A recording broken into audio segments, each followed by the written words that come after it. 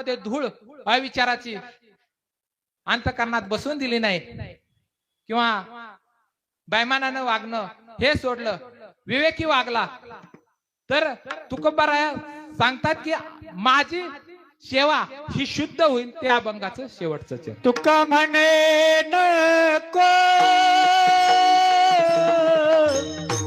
वरपंग देवा हो